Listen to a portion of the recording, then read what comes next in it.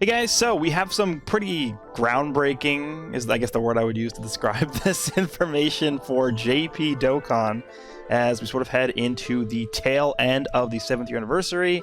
It's about wrapping up here, but they decided to drop one more pretty big bombshell here for sort of the biggest celebration. I think, you know, with this finally being included here, this definitely can be pretty conclusively said, you know, the greatest celebration ever in Dokkan. It feels like we say that every year, but this time it's actually true. The EZAs for the LR Super Saiyan 4 Goku and Vegeta, the 4th anniversary characters, actually releasing, and it's actually just... I actually, like, because we were streaming before, we were playing Elden Ring over on the stream, and people in chat were saying, okay, you know, what could it be? Because we knew there was something coming. Dokkan released a statement in the news saying that there's going to be a Part EX. I guess that's the end of the celebration. Obviously stands for extra. So that's something they haven't done before for the anniversaries. But they said there was going to be a new Extreme Z battle coming. And we were kind of just speculating who it would be. I actually threw out the idea of it being LR Super Saiyan 4 Goku and Vegeta. And everyone was like, no, they wouldn't do that. They just had the 3-year EZAs. And I actually had this idea in my head even before the 3-year EZAs got their EZAs during the celebration. I was like, you know, instead of the 3 years, it could just be the 4 years. And here we are. So let's go ahead and start taking a look at Goku here. So I didn't have enough time to go through and do the before and after just because I wasn't ready for this. I didn't think they'd actually do this. But Goku is Leader Skill Goku Family, Category Key + 3, HP Attack and Defense plus 180%. Or Super AGL Key + 3, HP Attack and Defense plus 130%. 180% to Goku Family. That is a pretty ridiculous leader skill. Now, obviously, with the 3-year EZAs, we had 180 leads for Potara and Fusion. Fusion is a monstrous team right now, so 180 on that is very good. Goku Family is right up there, if not even maybe even slightly better than the Fusion category, just because of how many Gokus there are in there, the Gohans, the Gotens. All those units are going to be on that team and that category. So that is a wild leader skill to have. Passive is attack and defense plus 140%, attack plus 20% at the start of every turn, max of attack plus 60%. Gain an additional key + 2 for each AGL or rainbow key sphere obtained. Then he gets this new thing, which I believe he did not have prior to ZZA. Gains an additional key + 1 for each key sphere obtained other than AGL. And that is not including, actually, it should be for each type key sphere obtained other than AGL. So he's actually, so let's just say, for example, you're getting STR orbs. He will gain 2 key per STR orb he gets, which was not part of his kit prior to this. And because you have Rainbow Orb Changers in your team, if you're running GT Heroes, for example, you have the Super Saiyan GT characters, the Goku and Vegeta, making Rainbow Orbs. I mean, this guy's going to be hitting 24 key every single turn, which actually does make a difference once we go ahead and take a look at what else he's doing here. So he disables enemies' actions for 1 turn if there are 2 or more enemies when launching active skill or when launching super attack when key is 24. So that is pretty powerful. The only restriction on that being that there are 2 or more enemies active, or you know, on the enemy team there. And then obviously, I forgot to put this in here, but they obviously still do. Let me actually add this here. So let me just put this here. Obviously, they retain their medium chances to counter super attacks. The same as prior to EZA.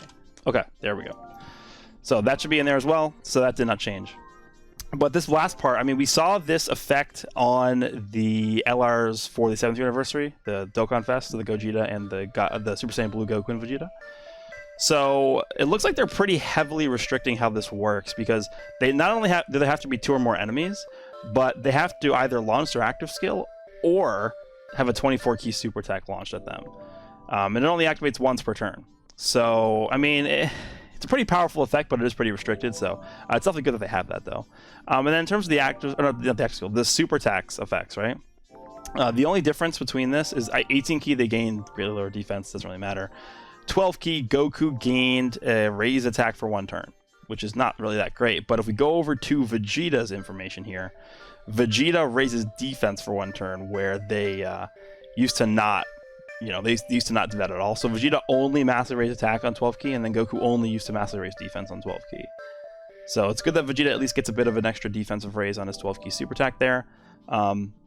Obviously, Vegeta's going to pretty much just be the mirror image of Goku. Vegeta family, 180%. Passive skills, 140. And then he gets a bit of a different start of turn buff for him. He gets 10% attack and 20% defense start of every turn. Max of attack plus 30% and defense plus 60%. So he's going to be built a bit more defensively than Goku. But he does actually still get a bit of extra attack here, which is interesting. And then the same thing for the rest of this. Everything's the same for him.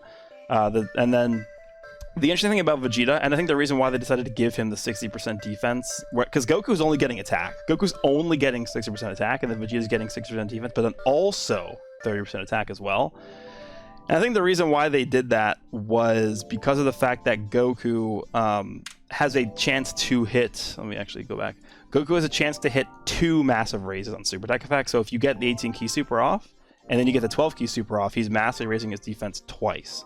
Whereas with Vegeta, if you get an 18 key off and then you get a 12 key off, he's only massively raising his defense once, and then he's just normally raising his defense on 12 key with the additional. And I feel like that's the reason why they felt comfortable giving Vegeta the 60% defense as well as attack, to give him a little bit of extra compensation for the defense that he doesn't have there, right? So, all in all, these guys are ridiculous. Keep in mind, it's going to be, again, super easy to get these guys to 24 key pretty much very freely every single turn.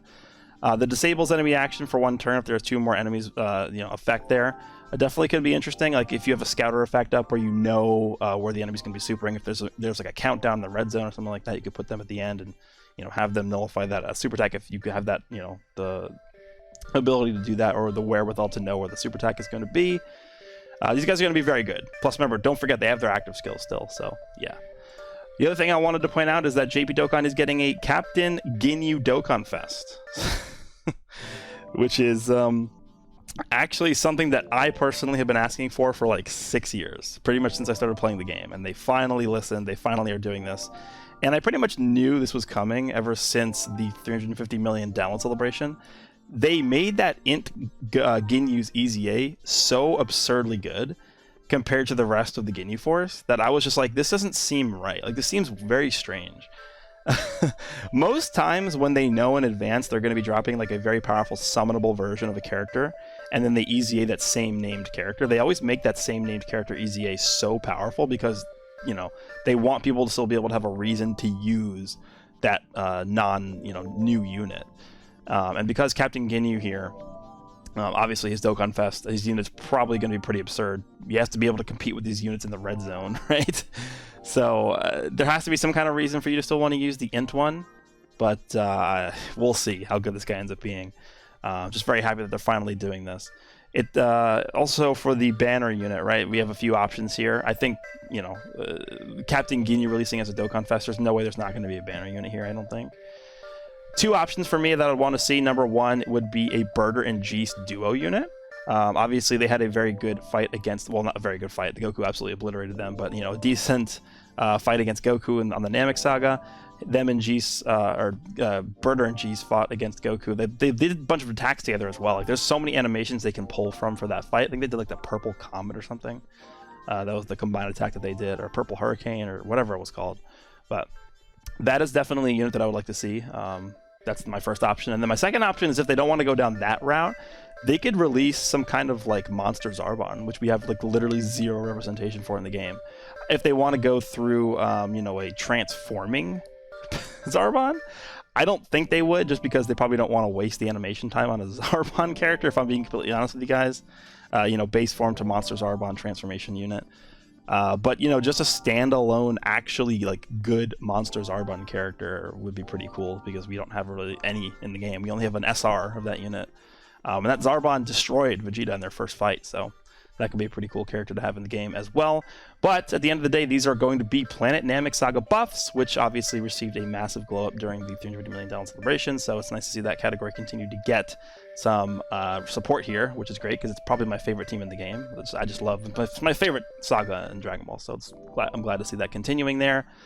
But that is pretty much going to be it for this one. Let me know down below what you guys think about the Captain Ginyu Dokkan Fest coming to JP Dokkan, as well as the EZAs for the Super Saiyan 4 Goku and Vegeta.